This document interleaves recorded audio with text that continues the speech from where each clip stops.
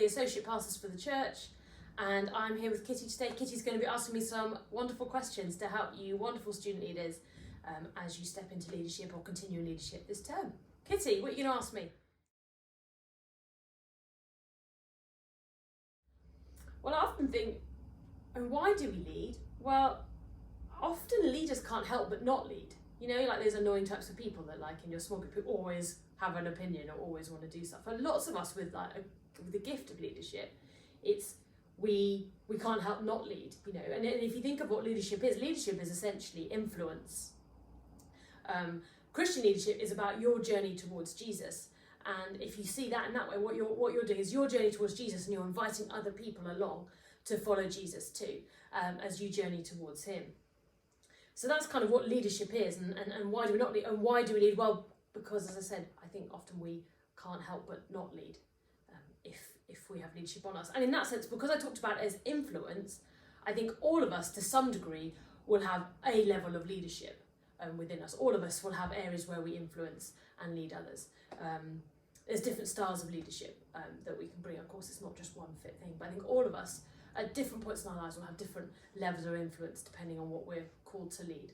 Does that make sense? Well, I would say we never feel ready to lead at the level that we lead. I feel like waiting for someone to say, oh wait, how did you end up leading in the church in the way that you do? I'm always waiting to be found out.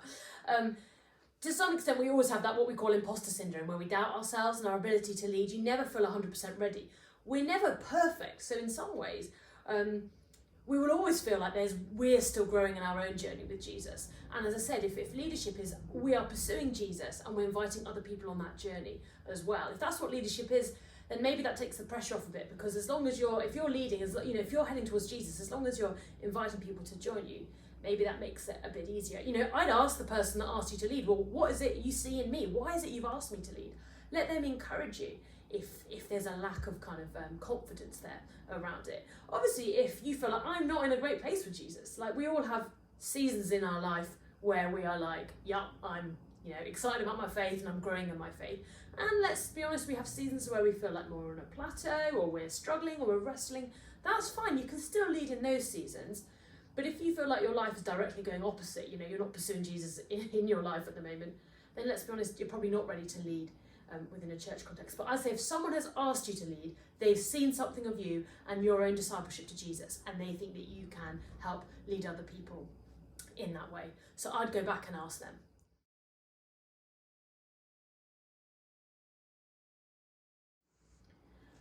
Well, that is an amazing question. Jesus kind of was, as I said, we all have different styles of leadership. Jesus kind of seemed to fit every style of leadership. Do you know what I mean? Pastoral, he was visionary, he was strategic, he was all of those different things. I'm not sure if we all have that in us. I don't know.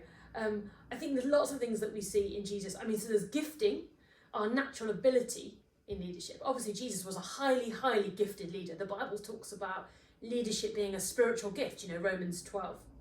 You might want to read that. It talks about it being something the Holy Spirit can help us grow in, that we are all given in different measures, spiritual gifts, and they're ours to steward. So there's some element of good leadership which is just gifting, who you are, your personality, your ability to woo, win others over, that acronym woo. So there's an innate kind of gifting, plus of course you can then grow in your gifting as a leader. There's character. So there's gifting and then there's character. And those two things are really, really important to come together. So we see this obviously in the person of Jesus, someone of high levels of integrity, honesty, being the same person whoever they were with, a willingness to serve, a teachability. Now we don't obviously see that in the same way in Jesus because he was the teacher, but he wanted to understand others. He wanted to understand to reach into their lives and to understand them. Around character, there's things like taking responsibility. I mean, a lot of leadership is being willing to say, yeah, I'll be there, I'll do that. A lot of leadership is just turning up. The reality is a lot of us don't want the responsibility of leadership. Like I'd rather not lead a small group because then I don't have to go every week. Leadership sometimes is just turning up. So there's gifting. I mean, I could talk for hours about this. This is really broad brushstrokes here, but there's gifting and then there's character. And you need both those things. And I would say character is really, really important, because you can grow in your gifting in leadership and you can be more empowered as a leader. Your innate ability can be grown and developed, both supernaturally and through your own development, taking responsibility for your own development. But in terms of character, that's something that is so key. So as I said, stuff like integrity, honesty, teachability, that is so important. And we at Vineyard would say that is even more important than gifting. We've all met people who are super gifted leaders, but they don't have the character to back it up. And we can all think of stories where that has wreaked absolute havoc. And that's, I'll often say that to someone of like, the kind of the person that's always got an opinion, always doing this, they take other people with them, they influence the room. And of course, for those people like that have this amazing gifting in leadership, maybe a high level of gifting than in other people, or than in me, they have to learn to have that character that matches the level of gifting that they've got. So there's gifting, there's character, and I say character is really super important so that it's good biblical leadership. And then as part of that character is taking responsibility for your own relationship with Jesus, your own walk with Jesus. That is key, your own discipleship. Vision is really key as well. Jesus had a vision of what he was trying to achieve.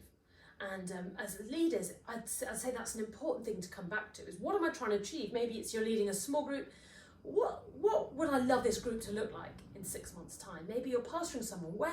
What's my hopes and dreams for them over the next term?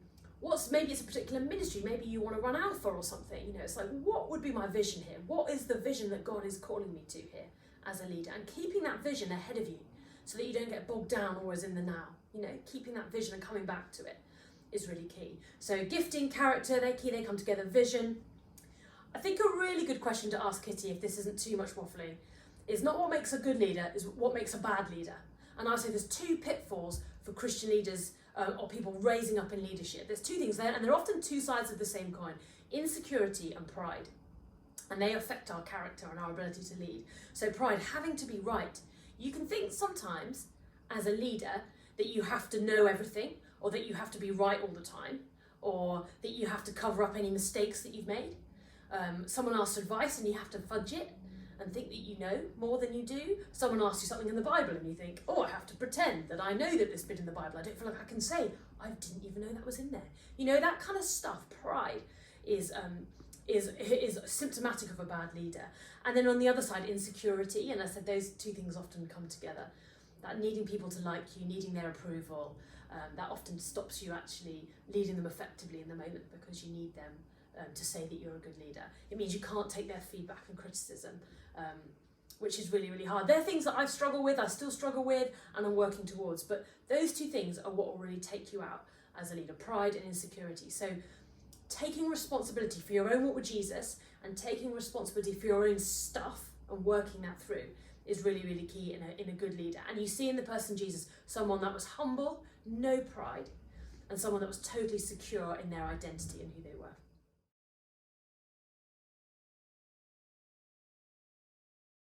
Yeah, that's why leaders burn out, isn't it? It's a great question, Kitty. As I said, you are responsible for your own relationship with Jesus. And you can only offer people what you've got. Now I say that, but then I know from experience of working with leaders, then when they hit a time of struggle, maybe a difficult time, they think that they have to stop leading because they've got questions and whatever. So you've got to hold those two things in tension of, you've got to invest in your own relationship with Jesus. Now, we've done a whole series on Live Like Jesus, looking at discipleship, what it means to be an apprentice of Jesus, and how there's practices and rhythms you can put in place in your own life to help your own discipleship with Jesus. That's your responsibility, not because you're a leader, but because you're a disciple of Jesus. Whether or not you lead, that's not a hallmark for leadership. That's just being a disciple. That's just the basic core, right, of being a Christian. Is taking responsibility for our own discipleship with Jesus. And that's the stuff that we talk about a lot, that we do from a place of grace, but we spend time with God. We read the Bible, we learn what God has to say, what his perspective is, what his values are. That's stuff that's good for us, not just because of the people we lead. So maybe the dangerous point is when we feel like we do that stuff so that we've got something to offer. Now do that for you as a disciple of Jesus.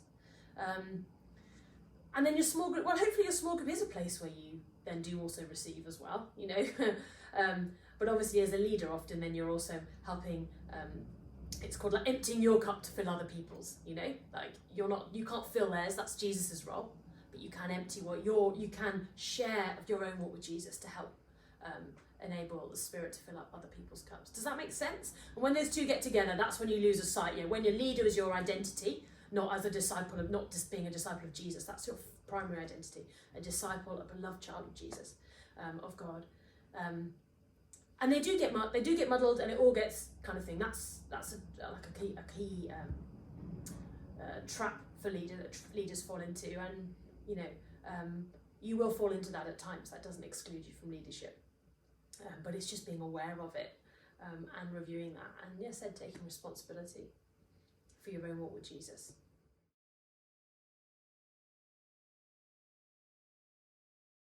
Yeah, and as I said, you know, some of that stuff is those rhythms that you put in place in your own life. Like, so spending time with Jesus, like learning to what it means, you know, John 15, abide in him, learning what it means to make your home in him. You know, I find for me, when I've somehow got it all muddled up in my brain and I've kind of, you know, it's all muddled. Maybe I'm full of pride in that moment, maybe I'm full of insecurity in that moment, or maybe it's a mix of both. It's when I spend time with Jesus that it all reorientates itself around, you know. I kind of come with that posture of sitting at his feet, ready to learn, just like Mary did, one of his disciples, you know, I'm ready to learn.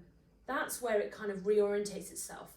And for all of us, those rhythms and practices we put in place, they look different for all of us. I'm not sure I can be super prescriptive, but I think spending time with Jesus and whatever, however that looks like in your own life, you know, reading the word of God, that helps reorientate our priorities and where we've kind of made it about us, you know, and our whatever.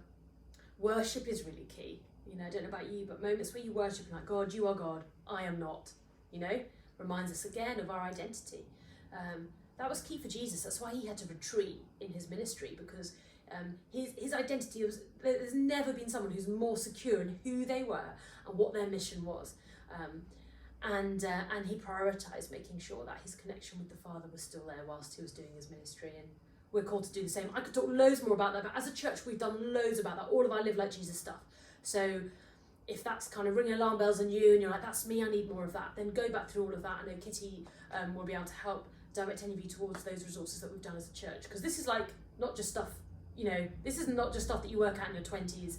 This is stuff in your 30s, I'm almost in my 40s, that is, you work out over a lifetime, if that makes sense. And it starts from a place of grace, you know.